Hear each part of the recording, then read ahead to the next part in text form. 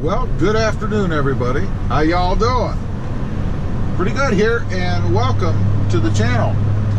It is time for that things I don't like video. And this isn't really so much a things I don't like video as a things that I think the Tundra should have video to make it even better than it is. And it's pretty good. Most of these things are pretty picky, really. But nonetheless, I think if the Tundra had these things, it would be really the perfect truck. The first thing is no push-button start. You know, you got these keys here. No push-button start. Why? Why doesn't it have a push-button start? You know, I know just recently they went to one single key with all the stuff on it, as opposed to having a fob and a key. Come on, Toyota. I mean, we need a push-button start. A push-button start with keyless entry. I don't know how many times since I've had this truck that I've parked it somewhere, gone wherever, done my thing, come back out, and grab the handle.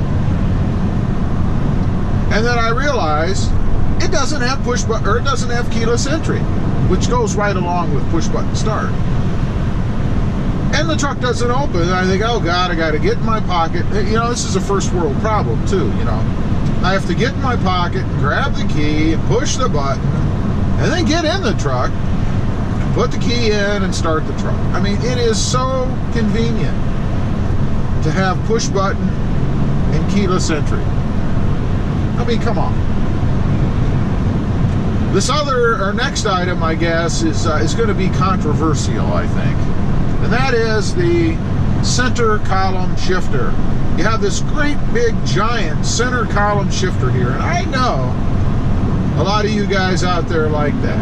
You got to have this big shifter that you use, you know, once, maybe twice if you're backing out of somewhere. And then you put it in gear and you drive, and you don't touch it again until you stop or, you know, need to back up or something. So you have this big giant shifter sitting here when it could be right here. It could be right here. A button, a knob that you just turn, like what the Rebel has. Now, I know a lot of people don't like that. I don't know why. I mean, as long as you can put the car or truck in gear, who cares how you do it? And the reason I bring this up is because this thing is so big that it takes up all this room here. I would like to have this space open as usable space. It would be nice. Next is a power locking tailgate. I thought in trucks of at least this trim level that we were done with having to put a key in a tailgate and lock it. And the reason this is such a pain for me anyway is because when I want to use the tailgate, I want to be able to just go up, assuming the truck would be unlocked, open it, do my thing. But I can't do that. First I have to unlock it. And the reason is because tailgates are a big theft item. You know, people like to steal those because they can be used interchangeably on any of the particular model lines that it fits, so they get stolen. And they're not difficult to take off. So if the truck had a power locking tailgate, in other words, every time you lock the truck, tailgate locks, you wouldn't have to screw with it. It just makes things more convenient, I guess. Next up is miles per gallon. Fuel economy. I know it's a truck, I know. But really, 14.5 miles a gallon, that's what I'm getting. And that's probably, I don't know, somewhere around 70-30, 60-40 back roads versus freeway driving. But 14.5 miles to the gallon, I mean, come on. There's other trucks with the same size motor that are getting much better than that, at least 16.5 to 18, 19 miles to the gallon. I'm not going to dwell on that because, yes, I know It's a truck. I know that. But it should be better. I mean, come on, man. Come on, man. A driver's side grab handle. You know, the old handle over here, like over there, that you can grab when you get in and out of the truck. This one's not a huge deal for me. It's just one of those little convenience things, I guess, that it would be nice if the truck had that, just to make it easier to get in and out of the truck. I mean, you have to step up into the truck, you have to step out. It'd be nice to have something to grab onto if you wanted it, versus the steering wheel. Now, this next thing, and this is pretty low on my list, I guess, but nonetheless, to make the truck perfect, a heated steering wheel. If you live in a winter climate, it is nice because it takes the vehicle time to warm up, and unless you want to turn it on, let it set and warm up, which I don't want to do. It already gets bad enough gas mileage, right? It'd be nice to be able to flip a switch and have the steering wheel heat up in conjunction with the heated seats. It just makes the experience more pleasant when it's really cold outside. Again, pretty low on my list, really, but it would make the truck perfect. This next thing, and I think this should be on any large truck, across the board, should just be included. That is a front-facing camera. These trucks are big. You can't see over the front.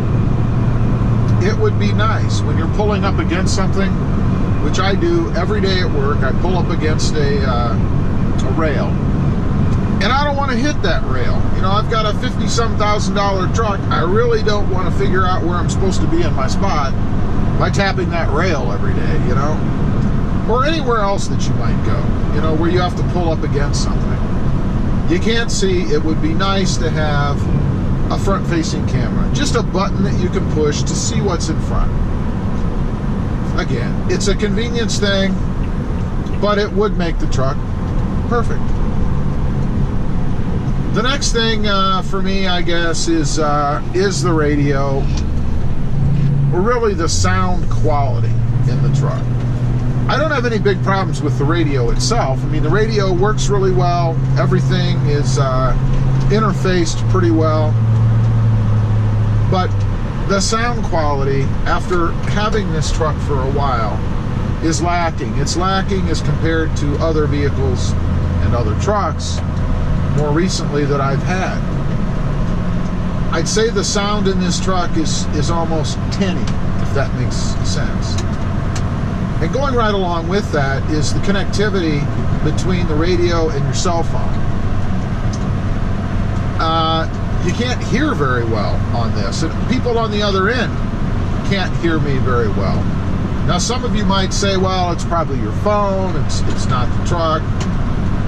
I might agree with you, rather, if I had that problem in my other vehicles, but I don't. I never get any complaints in any of the other vehicles that I have with regard to the sound quality that people on the other end get, and me as well, sitting in the truck trying to listen to them.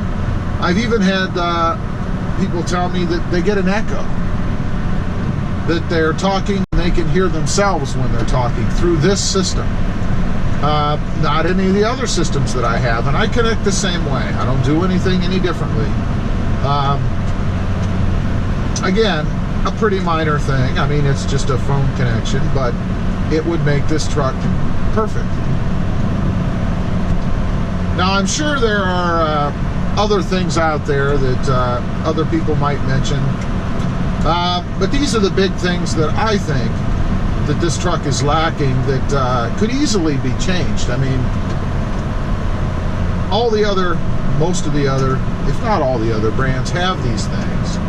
So they're out there. It's not like it's some cutting edge, brand new thing that's going to cost a fortune to do because it's brand new. They already exist, and they've existed for quite a while now, so it's not anything new. Again, these things, most of them are really pretty picky. Obviously, they're not deal breakers on this truck for me.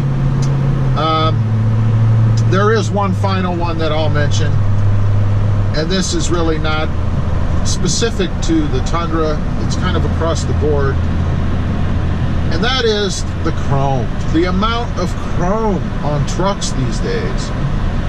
You know, for some reason, there's this belief, I've heard it, read it several times, that we Americans love chrome. Lots of chrome. We want chrome. Big front ends with big chrome grills. We love that. Well, I'm here to tell you that's not true. We don't love it. I know lots of people who don't love it. Now, there are a few that do, like my daughter, for example. But there are many, I'd say a majority, that don't like it. We don't want all this chrome. Black it out if you have to. If making it body colored is so expensive that it would put the truck way ahead of everybody else, then just black it out. Anyway, those are just a few things that I think should be added to this truck that would make it perfect. As usual, appreciate you guys watching. Please give this video a big thumbs up. And click the subscribe button if you haven't before. And we'll see you next time on the web. Have a good day. Bye.